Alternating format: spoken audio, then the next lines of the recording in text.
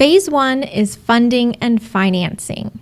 Purchasing a home can be complex, and it isn't always as straightforward as simply getting pre-approved with the lender. So in this video, we're going to talk about some ways to work with your unique situation and what it means to buy in cash and different kinds of lending options which are going to be available to you if you're financing any portion of your purchase. If you're purchasing your home using cash, we likely discussed a little bit about your financial situation already.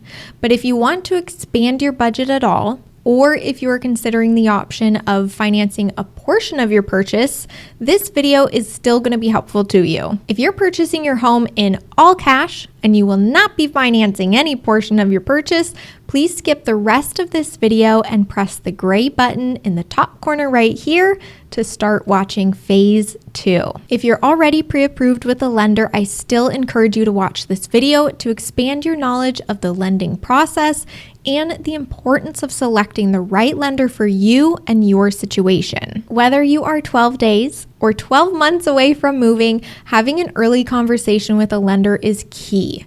Even if you're not ready for a formal application, these discussions really are going to set you up for success and prevent any last-minute chaos. We are building your Oregon home buying team. Your team is going to consist of you, of me, and of your lender, and all three of us are going to work together to help you achieve your goals. Let's break down the 3 types of lenders available to you.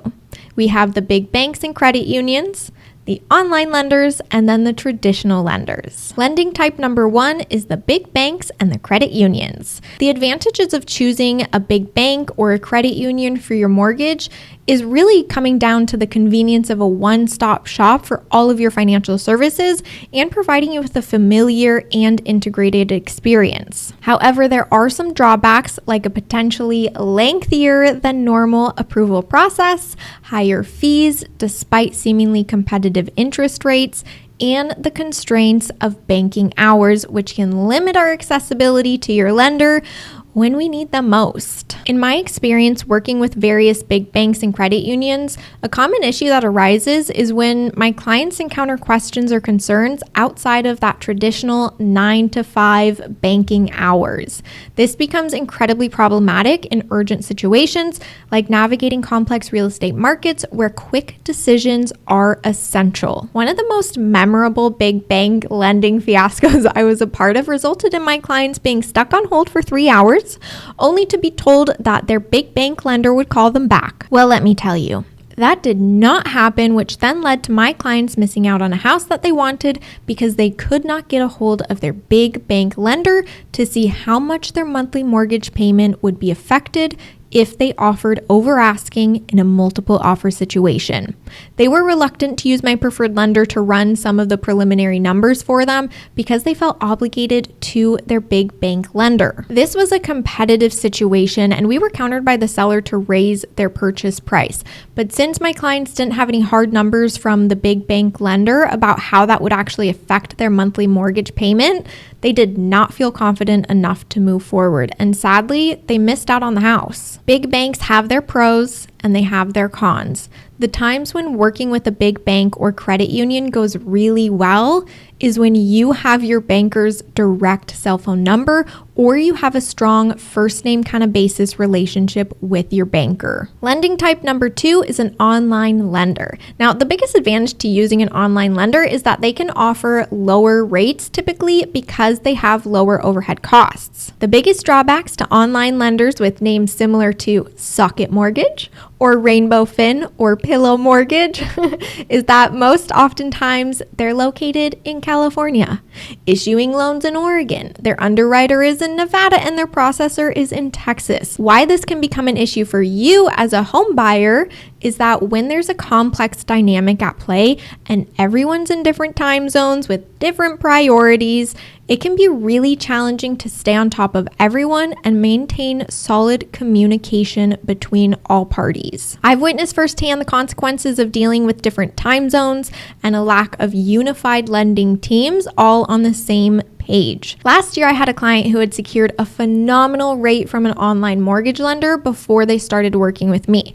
Now, while my clients recognized the potential challenges of working with an online lender, my clients were just so enticed by the attractive rate, which totally makes sense. However, just 7 days before the scheduled closing, the online lender told my clients of some of the missing documents that they needed to actually finalize the loan.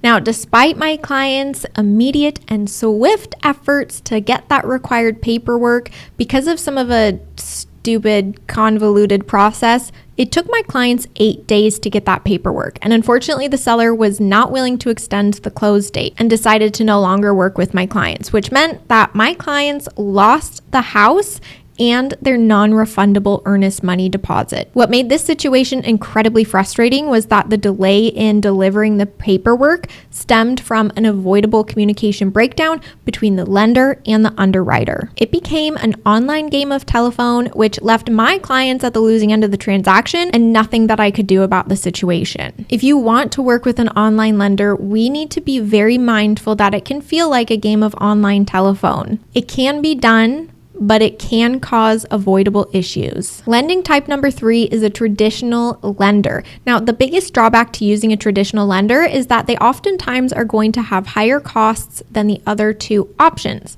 But in my experience, going through a traditional lender, they have the highest percentage of closed transactions and are typically the most accessible and can work on weekends and evenings when real estate is actually happening. Traditional lenders only get paid when you've actually purchased the home. So they have a vested interest in not only issuing the loan, but in also collaboratively navigating any obstacles that inevitably will arise. Having your lender, the processor, the underwriter, all under the same roof makes the likelihood that any bumps in the road are easily going to be addressed in a quick and timely fashion. My preferred lender is Palke, and I've put his information in the description of this video. When you work with my trusted lender, I don't get any money or kickbacks, but my trusted lender takes care of just about all of my clients, and they continue to use him, and I continue to trust and refer him because he knows the market and he knows how to get my buyers the best possible deal for the long term. Whoever you use as your lender, it's important to start those conversations early.